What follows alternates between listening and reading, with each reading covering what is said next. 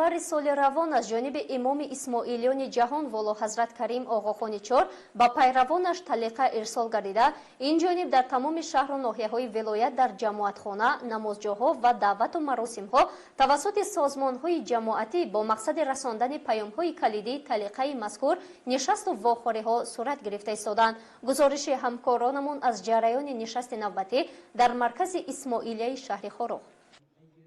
24 январи соли ҷорӣ нишасти навбатӣ дар толори иҷтимоии ҷамоатхонаи маркази исмоилии шаҳри Хорух баррасии нуқтаҳои калидии талиқаи Мавлоно Ҳозир Имом ба ҷавонону аҳли ҷамоат ва маҳаллаҳои шаҳри Хорух баргузор гардид. дар ин нишаст раиси кумитаи рушди ҷамоатхонаҳои шаҳри Душанбе Музаффар Ҷорубов, раиси кумитаи рушди ҷамоатхонаҳои шаҳри Хорух Хоҷамёр Хумориков, аъзои шӯрои рушди ҷамоатхонаҳои шаҳри Душанбе Парвонашоҳ Хуҷа Орипов баромад намуда, ҳозиринро ба ҳисси масъулияти иҷтимоӣ ва таъини сарнавишти ҷомеа даъват намуданд. Хоҷамёр Хумориков дар оғози нишаст оиди ҳамкориҳои мутақобилан судманди ҳукумати ҷумҳурии Тоҷикистон ва шабакаҳои рушди Оғохон ёдовар шуда, таъкид дошт ки маҳз бо ибтикори пешвои миллат муҳтарам Имомалӣ Раҳмон дар таърихи беш аз 1400 сола нахустин маротиба пайравони мазҳаби Исмоилия ба дидори воло ҳазрат Оғохони чор шарафёб гардиданд.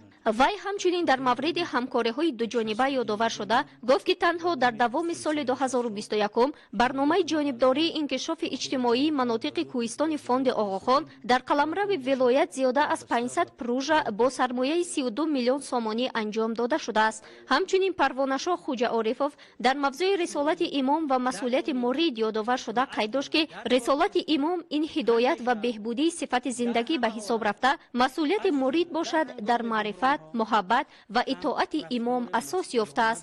вай бо такя ба нуқоти калидии талиқа таъкид дошт ки Мавлоно Ҳозир Имом мефармояд, ин рӯйдодҳо дар замоне рух медиҳад ки ноустуворӣ дар минтақа афзоиш ёфтааст ва ҷамоат бояд дарк кунад ки халали низом алайҳи ҷамоат ва инчунин бар зидди кулли аҳолии Тоҷикистони шарқӣ равона нашудааст. аз ин рӯ ҷамоат бояд оромиро нигоҳ дорад ва ба шеваи мусолиҳатомез амал намояд, дар ҳоле ки ҳукумат аз тариқи ниҳодҳои марбута ва вазъият расидагӣ мекунад. аз ҷониби воло ҳазрат тавсия шудааст ки ҷамоатам ба суннати эҳтиром гузоштанамон ба қонуни сарзамине ки дар он зиндагӣ мекунанд содиқ бимонанд. инчунин аз суннати рафтори масъулона ёдоварӣ шуда таъкид шудааст ки ҷамоати исмоилӣ дар дунё ва аз ҷумла дар Тоҷикистон ҳамеша дар ҳама ҳолат, аз ҷумла дар ҳангоми буҳронҳо ҳам рафтори масъулона доштанд ва бояд ин рафтор ҳамчунон идома ёбанд. аз мақомот дар барқарории сулҳу оромӣ пуштибонӣ карда шавад. ҳар гуна хушунат, бетартибӣ, фаъолияти ғайриқонунӣ ва дигар амалҳое ки ба қонунҳои сарзамин мухолифанд рад карда шаванд. ба аъзои ҷамоати тоҷик дар ҳар куҷое ки зиндагӣ мекунанд тавсия дода шудааст ки дар ҳеҷ фаъолияте ки метавонад боиси халалдор гардидани барқарории сулҳ ва назму тартиботи хуб гардад ширкат накунанд.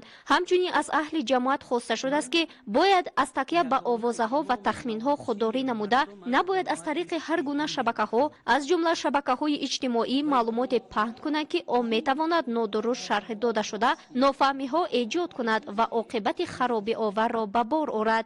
он чи ниҳоят муҳим номида шудааст ин аст ки ҷамоат бояд муттаҳид бимонад, аз ҷумла бо онҳое ки дар миёнашон зиндагӣ мекунанд ва таъкид шудааст ки дар беҳбуд бахшидани сифати зиндагӣ ҳамеша ҳамдигарро дастгирӣ намоед. аз ҷониби воло ҳазрат идомаи фаъолиятҳои созмонҳои акдн навид дода шуда ҳамчунин зикр гардидааст ки таҳаввулот таҳти назар қарор дорад ва дар ҳолати зарурӣ ҳидояти минбаъда ирсол хоҳад шуд. дар поёни талиқа аз ҷониби воло ҳазрат барои мушкилосон ва амнияти бехатарии сокинон дуо карда шудааст. дар нишасти навбатӣ ҳамчунин раиси кумитаи рушди ҷамоатхонаҳо Музаффар Ҷорубов дар мавриди фаъолияти густурда ва некхоҳонаи ҳукумати ҷумҳурии Тоҷикистон бо муассисаҳо ва созмонҳои Оғохон ҳамчун намунаи волои муносибати нек ва эҳтироми хосаи пешвои муаззами миллат ва Мавлоно Ҳозир Имом маънидод намуд. мавсуф оиди ҳидояти таърихии воло ҳазрат дар мавриди таъмини волояти қонун ва тартибот ишора намуда афзуд ки воло ҳазрат мефармояд дар ҳар кишваре ки бошед барои хидмат ва беҳбудии он кишвар вафодории мукаммал ва садоқати худро собит намоед. обрӯи миллати худро бо заҳмати фидокорона, донишу маърифати олӣ дар миқёси байналмилалӣ баланд бардоред. вай ҳамчунин дар мавриди хости имом аз ҷамоат ҳамон гуна ки 29 19 январи соли 1995 дар шаҳри Москав баён гардид, таъкид намуд ки воло ҳазрат мефармояд ки ихтилофот бояд ҳамон тавре ки ман гуфтам бо гуфтушунӣ дар ахлоқи мазҳабамон аз тариқи дилсӯзӣ, аз тариқи таҳаммул, аз тариқи саховат, аз тариқи гузашт ва аз тариқи меҳрубонӣ ҳал шаванд. инҳо пояҳое ҳастанд ки бар онҳо бояд як ҷомеаи қавӣ дар замони ҳозира сохта шавад. дар фарҷом перомуни нуқтаҳои асосии талиқа ва роҳнамоиҳои ироашуда, инчунин рушди ҳамкориҳои созанда барои беҳбуди сифати зиндагӣ ва ҳифзи сулҳу оромӣ сухан рафт.